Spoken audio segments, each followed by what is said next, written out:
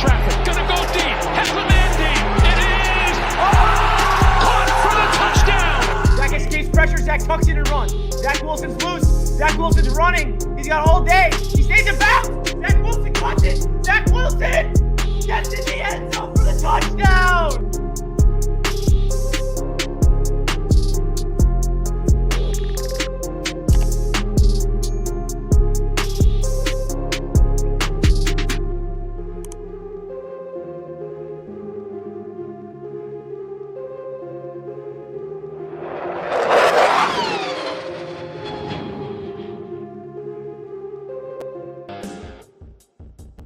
Yo, what is good, Jets Nation? Welcome back to another Jets Media live stream. And we got another special guest on the show.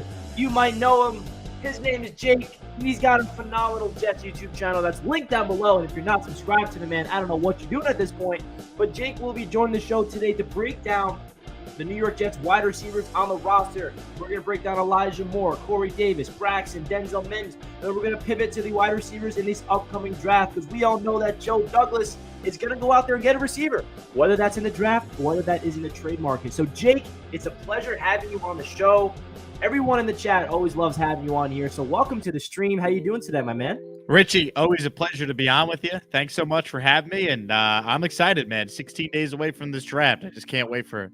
16 days away from the draft. I feel like Jets fans have been waiting for this moment for so long. Ever since we saw Joe Douglas absolutely kill the draft last year, we were all looking forward to this draft even more so because of the capital that we have with 2 firsts, 2 seconds, a third, 2 fourths. So we all know the capital. And this is a really big opportunity for Joe Douglas to really hit a home run and propel this franchise in the right direction. So first things first, what are your expectations from this draft before we really get into the wide receiver position? In terms of the New York Jets going in, do you feel like they're going to be super aggressive in terms of the trade market? Do you think they're going to be moving up, moving down, or do you think they're going to stay put at 4 and 10 and really just go with the picks that they have? Yeah, so I think it's more likely if they were to make a move, they'd move at a 10 than they would, moving at a 4. I guess if the board breaks a certain way, maybe they'd consider it. Like the one scenario, Richie, I think they can move at a 4 would be what happens if the first 3 players off the board are all edge rushers. And then the Jets are like, all right, well, we could take Sauce Gardner, or we could take Akeem Ekwonu or Evan Neal, but there might be a team that wants to come up to take Evan Neal or Akeem Ekwonu, and if you can move back a couple spots and still be in that top 10 range, maybe that would make a lot of sense as well. So I think they're going to stay at both 4 and 10 because I just don't think it's a great quarterback class, and that's usually when you see the trades happening around the top 10. So I think they make a pick at 4 and 10, and my hope would be that they pick an edge rusher at 4, Kayvon Thibodeau, and then at 10, they take either Drake London, Jamison Williams, or Garrett Wilson, whoever they have the highest on their board. That's my preference, what I want them to do at 4 and 10 right now. So it seems like we are aligned on the vision of edge at 4, wide receiver at 10. That's exactly what I want to see from the New York Jets. I think those are the 2 biggest needs for us going into the season, especially in the draft after what we saw in free agency. It's pretty crazy that the Jets did not add any wide receiver to this room so far in the offseason outside of retaining Braxton Berrios. We saw Jameson Crowder walk in free agency and go to the Buffalo Bills. Keelan Cole is still a free agent. He has not signed anywhere, so we're assuming he's not returning with the New York Jets. So the Jets have not made any moves in the wide receiver position. So let's get right into our own Jets wide receivers. But before we do so, guys, make sure you hit that thumbs up button. If you're just tuning into the show and you love having Jake on the show, please make sure you smash those buttons, hit that like button, and subscribe to the channel if you are indeed new. And of course, make sure you guys check out Jake's channel down below in the description. But I'm assuming you are all already subscribed to the great Jake Asman show because he's doing some great things over there on his channel. So make sure you guys do that, and let's get right into the Jets wide receivers. So Jake, before we get into the individual players on the wide receiver room for the New York Jets,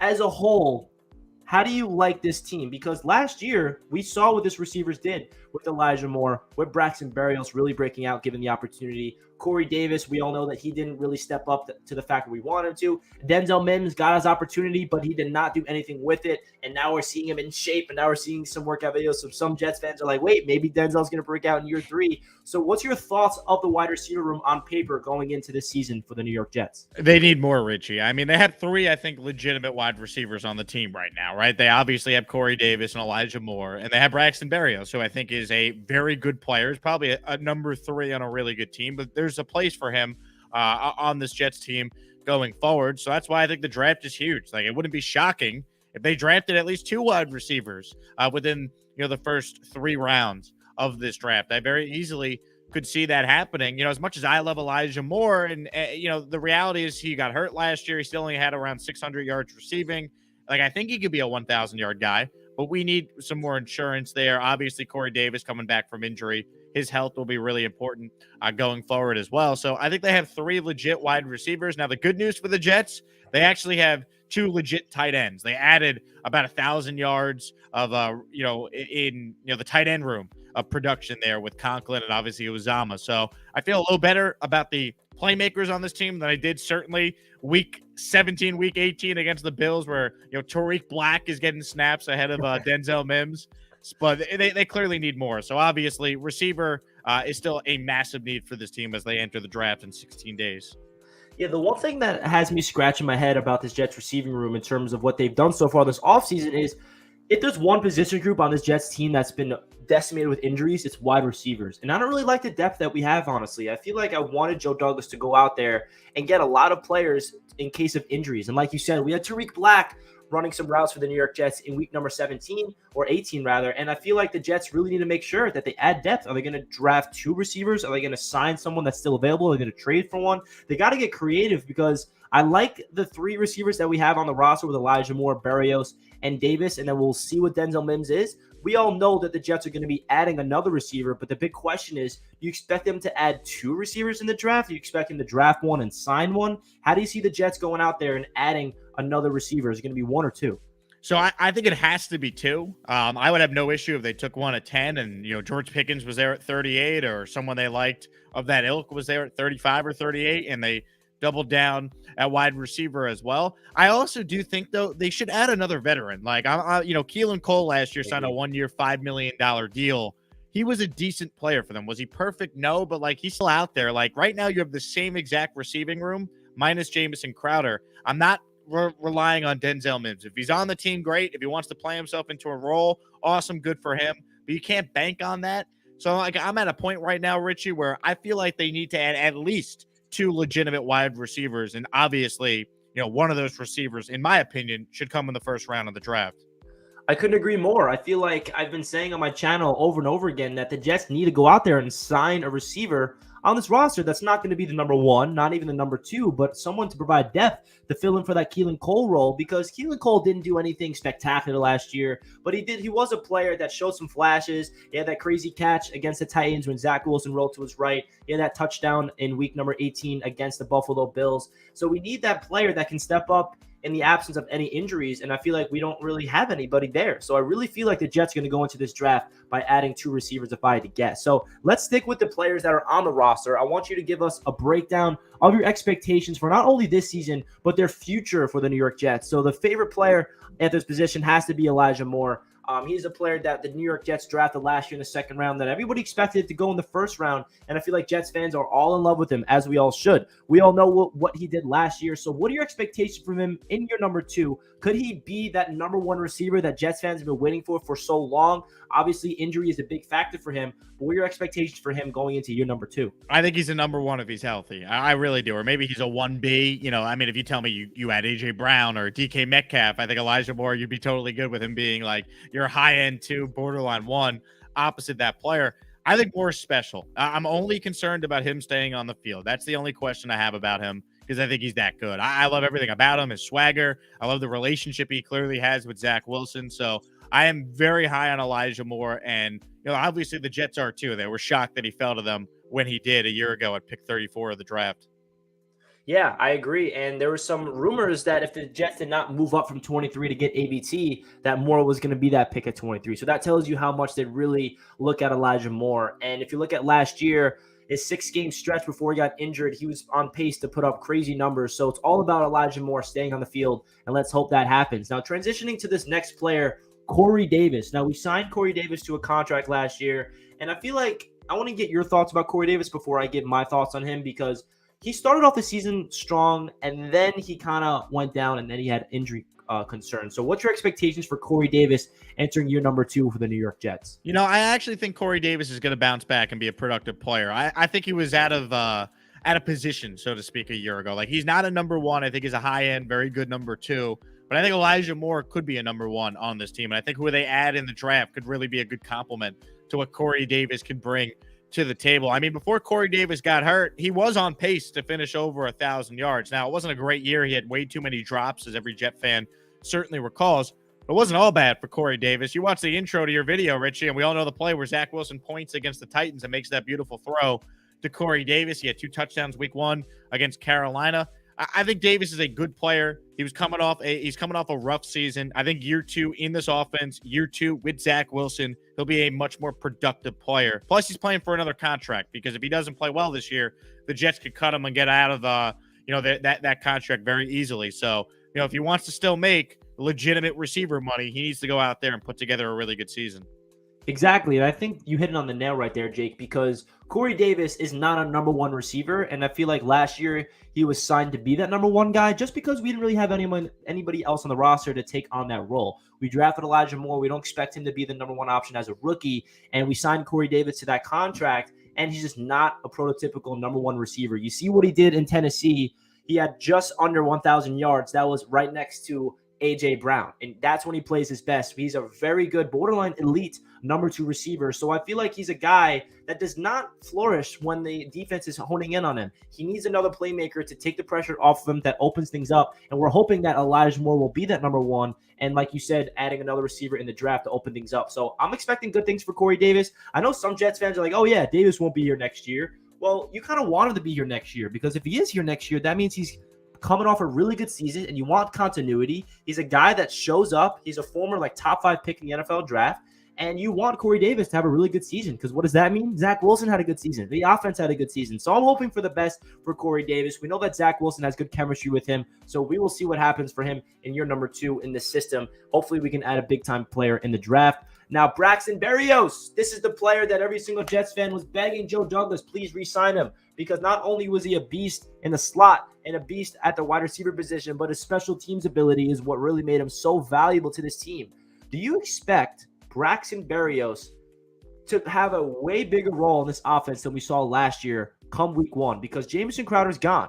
Jamison Crowder's in Buffalo. So are they handing the keys to Braxton Berrios to be the guy out of the slot this season in this offense? I think they absolutely should. Now, maybe he doesn't play every snap, but, he should be on the field. I mean, we saw the ways that LaFleur used him in the second half of the year. Really, after Elijah Moore went down, Braxton Berrios handled a lot of those gadgety plays that they were designing for Elijah Moore and did an excellent job with the end arounds and just the ability to, just find ways to get open, man. Like, he's a football player is the best way I would describe Braxton Berrios. He's tough as nails. He doesn't make any drops. Zach Wilson loves the guy. It's his best friend on the team. I mean, Berrios is a really solid player. He's got a lot of Wayne Corbett in him. Now, that doesn't mean he's going to be Wayne Corbett. We all know how great Wayne was as a Jet, but he's got those type of characteristics, that toughness, that ability to find a way to get open over the middle. He's a really good player, and to bring him back on a 2-year deal for only $7 million guaranteed, I think it was a great move by the Jets. I really do. Yeah, and obviously throw in the continuity factor and his chemistry with Zach Wilson and his friendship with Zach, you really see is big. They were down in Miami having a great time. And I feel like that just really shows you that Joe Douglas is going to pay and take care of his players that he brought in here, and they're doing the right things. And I feel like that was a really good move for Joe Douglas to bring him back on a 2-year contract, only $7 million guaranteed. And his special teams ability is something that I feel like Jets fans are going to start falling in love with even more. Let's see him house a couple more kick returns next year, Braxton. I love it. So now this is the next player that is a very polarizing topic amongst Jets fans, and that's Denzel Mims. Denzel Mims, he's out there. He's in shape, Jake. All of a sudden, he's going to be breaking out. He's going to reach his potential, right? No, I'm just joking around. But in all seriousness, what are your expectations for Denzel Mims in year number 3? There's some, people thinking that he might not even make the roster. He might not even be on this team come week number 1. Obviously, he is looking like he's in shape. He's looking like he is sending a lot of workout videos, his agent, to Joe Douglas, and Joe Douglas is excited to see what Denzel Mims is going to do. What are your expectations for Denzel? Does he find a role on this offense in this year?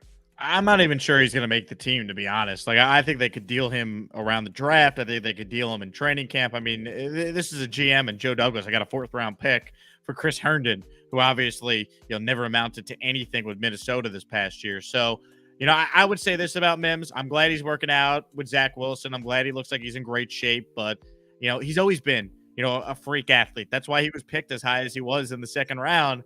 I can't rely on Denzel Mims to be a part of this team. Like, if he wants to be, if he's on the team, good for him. I'll root like hell for him to be amazing when he's out there. I just don't want the Jets to plan around having Mims on this team and being like, oh, we're good on wide receiver because we got Denzel Mims. So if he's on the team, great. I'll root for him. But I have very low expectations for what he is at this point. You can't bank on him. They made that mistake this past year and it burned them. Yeah, I agree, actually, because last year he got the opportunity. If we all remember in training camp and even week number 1 and week number 2, Jets Twitter was like, free Mims. Give him the opportunity. This coaching staff is not allowing Mims to do anything. And then we got injured. Denzel Mims goes up there. He's a starting receiver, and he does not really take advantage of his opportunities. There was no targets thrown his ways. He didn't have any productive games, to be honest, this season. So it's really up to him to master the playbook. I feel like that's a big factor with Denzel Mims, where he doesn't really have that, football intelligence in terms of his IQ of mastering the playbook, going up to the coaching staff, knowing where he needs to go with the ball, knowing the timing with the quarterback, and providing some impact on the roster. So we'll see if he can make this team. I'm not too sure if he will. I really am rooting for him because I was ecstatic when we drafted him in the second round, and I really thought he showed a lot of flashes in his rookie season. It was just last year he really did not show up, and every player develops at their own rate. So you never know what can happen. He could break out in year 3, but I'm definitely not expecting it by any means necessary. So we got a $5 super chat from Mr. D. What's up, Mr. D? Appreciate you tuning into the show. Appreciate the $5 super chat. He says, I think they're going to get something in a trade for Mims. So Jake did say that don't be shocked if Mims is moved. And, hey, we got a 4th-round pick for Chris Herndon, so you never know what Joe Douglas could do. So say hypothetically speaking, Jake, the Jets are fielding calls for Denzel Mims, and they do move him during the NFL draft. What type of package would you be comfortable moving on from Denzel Mims? I mean, maybe a 5th-round pick you could get for Mims. I mean, Douglas getting a 4th for Herndon kind of throws everything off because it's like, how the heck did he do that? I mean, we know how good Joe's been with his trade since he's been the general manager of the Jets. I mean, 5th, 6th-round pick. That's kind of my feeling on Denzel Mims at this point. I hope I'm wrong. I hope it's even more, and that to me would be awesome. But that's kind of where I'm at right now. Yeah, and it feels like Joe Douglas loves Mims. But the coaching staff, I don't get the same energy that they love him as much as Joe Douglas. Because remember, Joe Douglas is the one that drafted him. Adam Gase was the coach at the time. So do you feel the same way about Mims, where it's more like the coaching staff has a little, they're a little iffy about Mims? How do you feel about that? Yeah, I mean, it's just their actions tell you that they don't believe in him. I mean, he was like 8th on the depth chart. I mean, he couldn't get on the field until their top 4 wide receivers were hurt in the first place, right? I mean, at the beginning of the year, I was one of them saying, play Mims. Why is he not playing? Well, the Jets were right to not play him because when he did get the opportunity, he didn't know the playbook. He was running out of bounds. I was at the game against Jacksonville right in front where he ran out of bounds on the last play before the half and put Zach Wilson in a situation that was disgraceful. He was the human penalty every time he was on the field, jumping off sides, personal foul. I mean, look, I like Denzel Mims. I love the pick when they made it. My whole point is he's got to prove himself. Like, you can't just give him a spot on the roster because he was a high draft pick. That can't be the case going into his 3rd year. Yeah, there were so many mishaps to the point where I'm like, wow, I can't defend him anymore. Where the false start penalties, the pre-snap penalties, all those things that you mentioned. So I'm hoping that he can get out there mentally because there's no denying that he's a physically gifted player, but it's more mental with him. I think that's been a big issue with Denzel Mims in his short career in the NFL. So now let's pivot the NFL draft, Jake, and talk about some targets for the New York Jets, especially at the wide receiver position, because I think we all know that the Jets will be drafting a wide receiver in this upcoming draft. But before we do that, we got another super chat from Mr. D. Appreciate you as always, Mr. D, tuning into the show. He says, I believe they will let Mims play in preseason to up his trade stock. So Mr. D expects him to be traded not this upcoming in the NFL draft, but later on to assess the situation in training camp. I kind of agree. I don't really expect Mims, if he were to be traded, I think they're going to give him an opportunity to go into OTAs and go into training camp because remember the last 2 years, last year he had food poisoning and they had all these excuses for it and all that stuff. So what's your thoughts about this? Do you think that they're going to keep him in preseason to up his trade stock, or do you think he might be moved on draft day? The only risk with that would be, well, what if he gets hurt? And then what? This guy's been injury prone in his career. And then the other risk with that is, well, what if he doesn't play well in the preseason, right? So I would move him around the draft if you get anything greater than a 5th-round pick and just get done with it. $10 super chat from Justin. I appreciate the donation, my man. Very generous. He says, what a collab. Jets media featuring Jake. Okay. Game time. Start, bench, cut. DK, AJ, Debo. Ooh, Jake, I'll put you on the clock for this one. Ooh, I'll start Debo because I mean he's playing in the same exact offense the Jets run, and we know how good Debo Samuel is. I would start Debo. I mean, let me make it clear: the Jets added any of these three players, I would be giddy. So I don't want to. I want to make it very clear. I'm a fan of all three of these guys, but I would start Debo. This is tough. I probably would bench DK, and I'd cut AJ, and I'd only would cut AJ because out of those three, he's the least durable out of the other guys mentioned. So that's the only reason. But you tell me the Jets trade for AJ Brown, where do I sign right now? Yeah, seriously. I mean, you can't go wrong with any of these three players. I appreciate the $10 donation, Justin. If I had to answer this one, it would be start Debo. It would be benching AJ and then cutting DK. And it hurts me to say that because I absolutely love DK Metcalf. I feel like the only reason why I'm choosing AJ over DK is because of his relationship with Elijah Moore goes deep, and he has chemistry with Corey Davis. And I just love AJ Brown. I also love DK Metcalf. So this is a hard question, Justin. Why you got to put us on the spot like this? I don't want to cut any of these three players. But Justin, I appreciate the $10 super chat. It means a lot to the channel. So let's get right into the draft. Jake, you said at the beginning of the show that you want the Jets to draft the receiver at number 10. But we got another super chat to get to real quick. Mr. D, another $10 super chat. Appreciate you, man. Trayvon Walker or Jermaine Johnson to the two edge of love to have. Mr. D's got that cash today. Yeah, Mr. D, I appreciate the donations. Very generous of you, my man. So before we get into the wide receiver talk, he wants to talk edge. So Trayvon Walker or Jermaine Johnson. If you had to choose with those two players at number 4, hypothetically speaking, Thibodeau's off the board. Oh, this is tough. I like both guys. I feel more comfortable with Jermaine Johnson. Like Walker, I feel like you're drafting just based on his RAS score. And I don't love the fact he didn't have a ton of production in college. I understand the system he was in and playing with the players he was around had something to do with it. I don't know. The Jets took Jermaine Johnson. I'm not against it, though, because they have the inside track with their experience with him from the Senior Bowl. And what's with Walker, like, projected going number 1 all of a sudden? Like, I feel like he's a player that is just skyrocketing up boards. And, like... He's a freak athlete. Like, athletic potential is why he would potentially go 1. And maybe he goes 2, and it's not a problem for the Jets because then Thibodeau's there at 4. Yeah, it's pretty crazy because I feel like Walker's skyrocketing up boards, but most Jets fans don't even want him if he's available at 4, which is funny to me. Yeah. You know what I mean? So I would be okay with either Walker or Johnson. I would lean more Johnson as well. I feel like he's a Jet. If I had to pick a player that is guaranteed to be a Jet, I think it's going to be Jermaine Johnson just because I don't think Thibodeau is going to be available at 4. So you heard it here first, guys. Jermaine Johnson is already a New York Jet. I saw the future.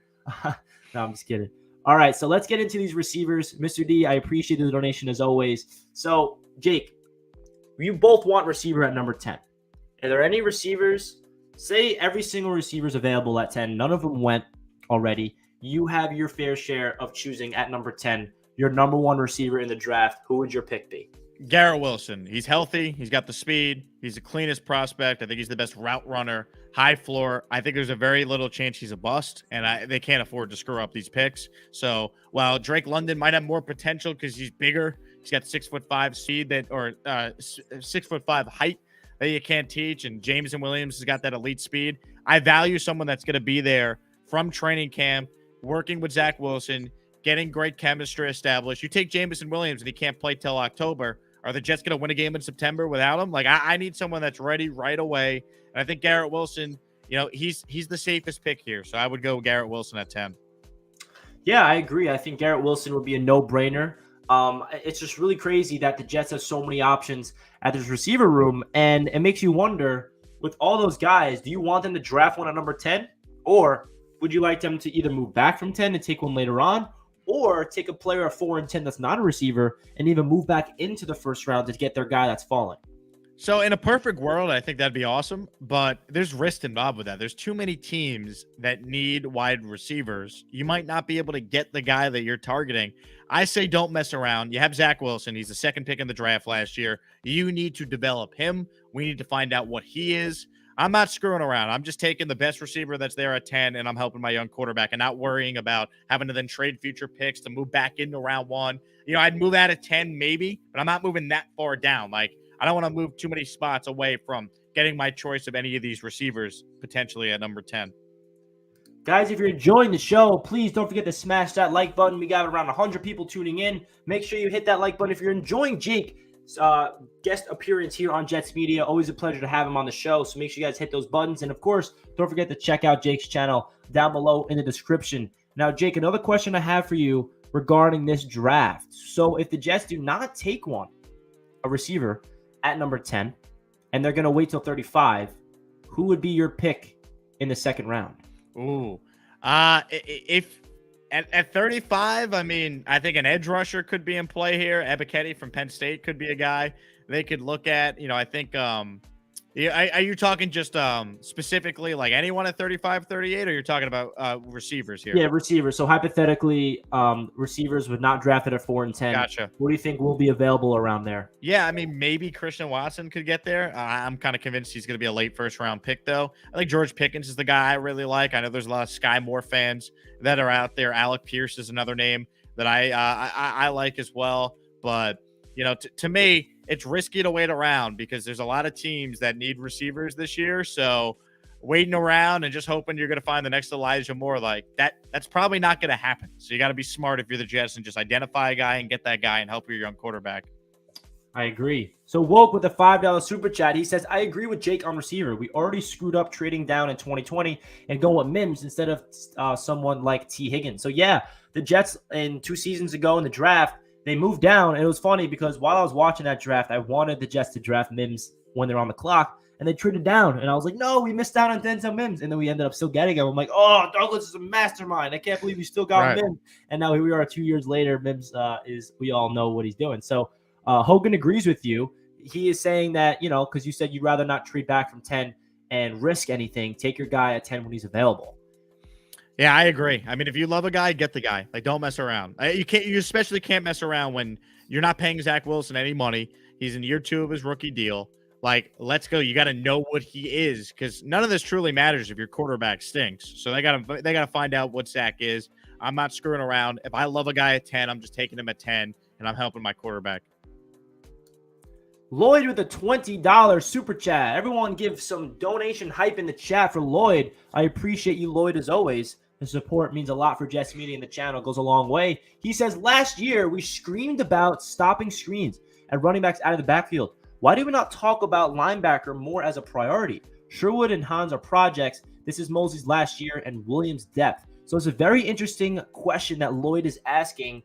And I'll never forget the tweet that Connor Hughes has said a couple weeks ago during free agency that apparently the Jets front office and the Jets coaching staff really loves the linebackers we have on the roster, and they do not look at it as a gigantic need as much as us Jets fans do. So, Jake, what's your thoughts about the linebacker situation and Lloyd's point here of not prioritizing a linebacker in the draft? I'll tell you what, if Nakobe Dean or Devin Lloyd falls to the Jets at 35 or 38, I mean, I would have no issue drafting one of those two players. I have no issue with Chad Muma potentially in the second round. I mean, Leo Chanel is another name that I really like as well. I mean, Troy Anderson is a guy that's out there that could make some sense for the Jets maybe in the third round.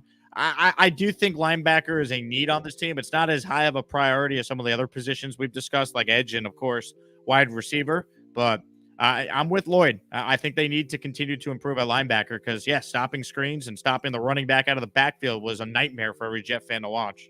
Yeah, and that is the biggest Achilles heel for this defensive scheme. More or less, not even the personnel. It's really that this New York Jets scheme that they're running with Saleh.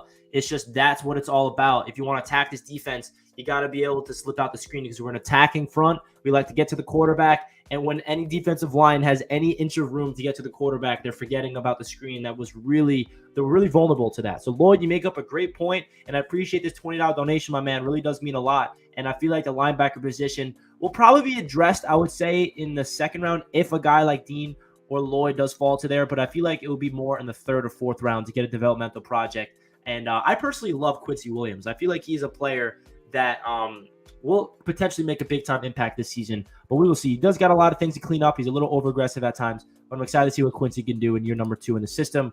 VR with the $5 super chat. Love the collab. Jake, what else does he say? Hit it. Oh, yeah. Hit it. Love it, VR. Appreciate the donation as always. Love having Jake on the show. It means a lot to, connect with the community of Jets YouTube. We are very, open to be on each other's channels. I was on Jake's channel a couple weeks ago, and it's a great time, man. It's awesome talking to fellow Jets content creators. Best YouTube channel in the league is Jet fans, man. I mean, we might not be the best football team. We haven't seen a playoff game in 11 years, but I would argue the Jet fans and Jet YouTubers as good as any in the sport. Yeah, and even throw in Jets Twitter because it is hectic on there in a good and a bad way. But only reason why it's bad is because we're toxic, and toxic means we're passionate, and we're so passionate. We love our team so much. When anything bad happens, it's the end of the world, and we're all like going crazy on Twitter. And I absolutely love every second of Jets Twitter, Jets YouTube, everything about the Jets fans on social media is next level. Mr. D with another super chat. This one being 20. I appreciate you, Mr. D. Really does mean a lot as always. He says, I know, cha-ching, baby. I know you guys are talking wide receiver, but what do you think about Chris Sims' take on his top 5 edge? Sims has a very good record. He doesn't seem to have Thibodeau in his top 5. I mean, I watched Chris Sims a lot. He beat on the money. So, yeah, I did see this. Did you see what Chris Sims' top 5 edge rushers were? What are your thoughts of that? I like Chris Sims a lot. I especially like him when he breaks down quarterbacks, because if you look at his record over the last 5-6 years, he's been very good at predicting, quarterbacks. I remember I couldn't stand him when he was like, Sam Darnold's not even in my top 5 quarterbacks. And I was like, no way. And well, we know how that ended up working out. So I respect Sims' take. I just disagree, man. Like, maybe you don't have Thibodeau as your number 1, number 2, number 3 best edge, but I mean, come on. He's not in your top 5. You're going to name 5 better edge rushers than Kayvon? I don't buy that.